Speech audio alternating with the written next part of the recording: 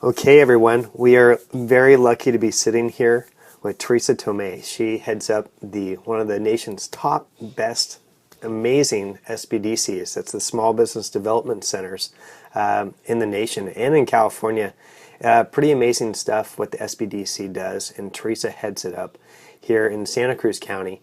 And she lives and breathes small business. She is the one that really helps small business owners get on the right foot. And I'm going to introduce Teresa here. She can speak to the SBDC a little bit more. I'm involved as one of the advisors here, and I'm just in love with what they do. It's pretty amazing how they are able to positively impact so many small businesses. So without further ado, I want to introduce Teresa, and she's going to share some of her wisdom today with us. Thank you, Bryce. That's really nice to hear, and welcome to all the listeners. And first of all, I applaud you on your efforts to grow your business and help your business thrive. There are so many great resources out there available for you, including this series of podcasts. So I always love to see business owners working on their business, not just at their business. So the time you're spending right now, hopefully, will contribute to some real growth for your business. So Bryce mentioned the Small Business Development Center program. We are kind of a government-funded program, so we use a lot of acronyms, and we go by one of those acronyms, and that's the SBDC. And I always hear, wow, I never knew about you guys. You're the best secret in town. We are really not a secret. My little office here in Santa Cruz County serves about 400 clients a year with one-on-one small business counseling that's free of charge to the client. We also put on seminars and workshops throughout the year. Last year we put on about 58 seminars that over 2,000 attendees learned how to grow and make their businesses more profitable. There is a small business development center serving every county in the country, and most of them are sponsored by an educational institution, but we are grant funded. When I say grant funded, we're a taxpayer funded program. Principally funded by the SBA, or the Small Business Administration. In my case, we operate 6 other grants to keep those services flowing to our small business owners. And so lucky to have someone like Bryce Root on my advisory board, team of advisors. All the advisors work at a reduced fee because they care about that our small businesses grow and thrive. And we have advisors who will help our clients write their business plans, do marketing, look at their social media presence, obtain loans. That's our biggest focus. And restaurant management, retail management, helping our clients find the right lease. And while we don't provide legal services per se, we do a lot of counseling just in general areas of what's the best legal structure for that person's Best practices. best practice, right? And or things to think about if they're going to be signing a lease. Yeah, there's so many factors, especially if you're a startup. And the SBDC, it's for new businesses as well as seasoned business owners. That's right. And we rely on our resource partner SCORE, the Service Corps of Retired Executives, to serve the clients that are just thinking about starting a business, that they haven't taken a lot of those kind of legal steps, or they don't know the difference perhaps between a business license and a reseller's license, Yeah. or they don't understand those types of early things they have to do. We rely on SCORE, who also provides free of charge help to take we call it pre-venture clients through those initial steps. And then where the Small Business Development Center team comes in is when they have a drafted business plan. And that's one of the things I wanted to talk about today was a business plan and how important that is to a business. That's a great segue, Teresa. And as we do in all of our podcasts and videos and everything that we do, we always like to narrow it down to the top 3 things and that business owners need to kind of take on and take care of to help their business. And there's a lot of resources out there that talk about what you should do, but I like to also focus on how to do it. So Right. Teresa is joining us today to kind of share the top 3 things that she really sees day in and day out with small business owners as to what they need to really be on top of. And the resources that are just there at their fingertips. Great. Most people know that the number one reason for small business failure is a lack of capital. And it is hard to find money to start a business, but it's also hard to find money when you're in business and things are going pretty well, and you might have a real potential lucrative new contract or a new product. And getting that financed can be difficult. And three things, it's just this constant mix. It's planning, it's cash flow, and it's financing. And they're all three combined. But first I want to talk a little bit about just basic financing. And that's finding the capital to start the business. Most of the types of businesses we deal with at the SBDC are what you'd call mom and pop businesses. We do have some high-tech businesses that we refer to angel capital or venture capital, but those are a very small number. So mostly what we deal with here is SBA financing programs. As we're funded by the SBA, we don't have any mandates to drive our clients to their products. That would not be ethical. Yeah, sure. However, the SBA is set up to provide guarantees to banks for those small businesses that might be considered a little risky. So let's give a scenario. Let's take a restaurant. Highest failure rate of any industry. What's that official number, that statistic? Oh, they say that pretty scary. 92% are going to fail in the first 5 years. That's but incredible. I think I always look at that statistic with a little bit of skepticism because it's based on one industry classification code, but you have a lot of different types of people that fall into that. It could be a food truck, it could be a caterer, it could be, different types of food purveyors. That's true. That might not make it. So I never memorize statistics because I always feel they can be argued. So I may have been totally wrong when I said that. But let's say we have a startup restaurant. And let's say that all the other kind of ducks are in a row, that entrepreneur has a solid business plan, that entrepreneur has industry management experience. So they know the industry, they know vendors, they know what people want to eat, they know a good location. Okay, let's say everything else is in alignment, but they need $100,000. So they're going to go to a bank and say, "Hi, bank, I want to borrow $100,000. And that lender's going to go, "Yeah, right, for a restaurant." Where the SBA comes in is the SBA provides a guarantee to that bank saying, "Hey, if this restaurateur fails, we're going to guarantee, bank, that you get 80% of your money back." Wow. So then the bank's risk is only $20,000, really. So they are much more likely to do that loan with an SBA loan guarantee. Wow, that's incredible. So that's what the SBA does. They provide loan guarantees to banks to help small businesses. So they give that, that caution and that security to a potential borrower. So the SBA doesn't have any direct loan programs. They provide the guarantees. And there are different levels of SBA lenders. We have we have preferred lenders and certified lenders. Here in Santa Cruz County, we're really fortunate that we have quite a few locally owned institutions that provide that at the highest level. We have a credit union and two banks, Santa Cruz County Bank and Lighthouse Bank. And then the big banks, the Bank of America's, Wells Fargo, Citi, they all have SBA loan departments that do nothing but SBA loans. So there are different products available as well, depending on what your financing needs are, whether it's buying a real estate or capital equipment. There's a 504 loan program. There's a micro loan program for loans $50,000 or less. And then there's what we call 7A, which is a loan program that is the most used. And 7A lending last year was the higher than it's ever been. What would you say are the best ways to go about securing or investigating to see if you qualify for SBA assistance. Yeah, a small business development center advisor can take any client through that.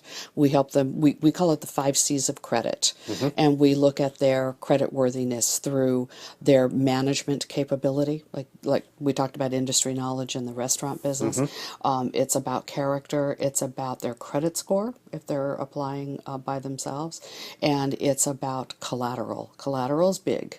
And we can talk a little bit more about that. And it's also about cash flow and or capacity. So that gets me back into that other topic of cash flow. Yeah. That importance of planning your cash flow. Is that your second tip here? That's Is my that number second two? tip. That's the Yeah. cash flow analysis. They say it's king, it's queen, it's everything. I mean, a business can be profitable and be making a good money with strong profit margins and still not make it because the cash flow cycle can't carry isn't well planned enough, that they don't have capital coming in at certain periods. I mean, imagine if you can't make payroll, Yeah. or imagine if That can shut you down. yeah, imagine if you're a nursery and you haven't properly planned for buying, I don't know, soil amendments, and you have a big contract to get out, but you can't afford to buy what you need to get that product out to market. So it goes back to planning, but cash flow is just such a huge part of planning, and we can help with those projections as well.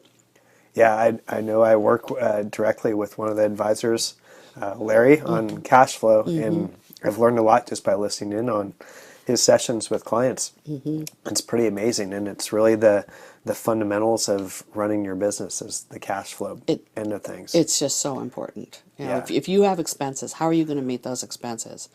And that's just survival. But how are you going to keep growing your business and increasing your profit and meet your expenses? That's basically what cash flow is. Those break-even points. Of course, there's always areas you can't anticipate.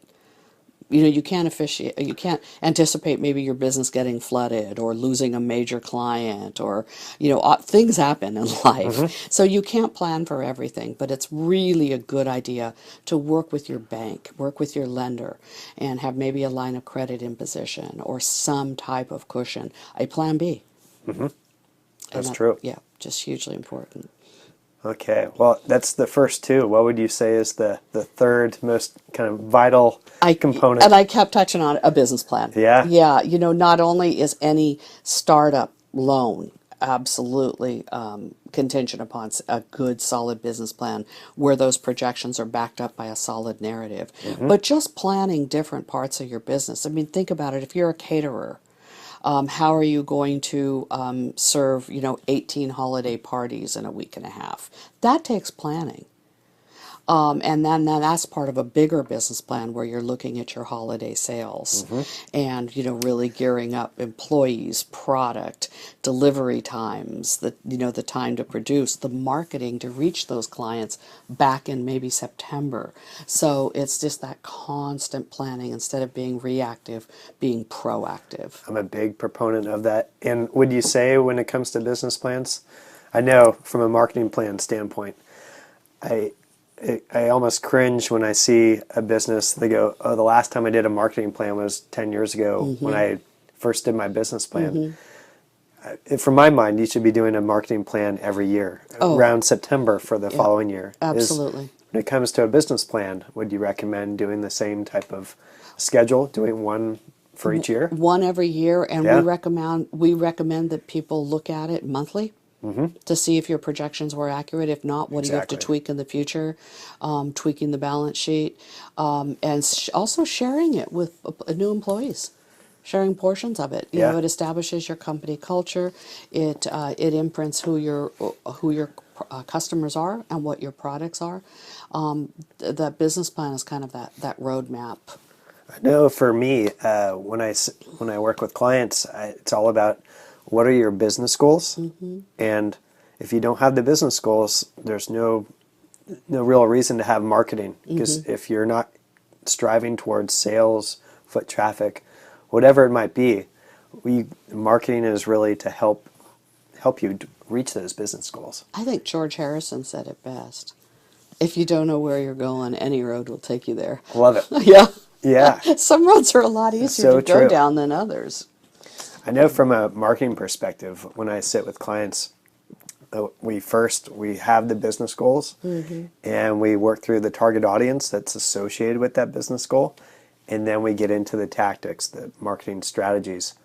How are we going to resonate with that target market so we can then reach that business goal?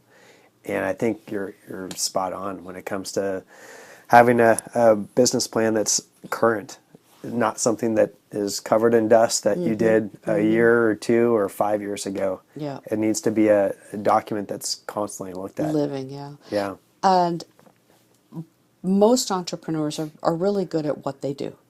If Yeah. they're a chef or a childcare provider or own a store or are a consultant or part of the gig economy, they know their trade and their work, but they often don't think about the bigger picture. And that's where working with an advisor through the Small Business Development Center or privately is just, it's a good reality check, and it brings in it'll always bring up the response, wow, I wouldn't have thought of that.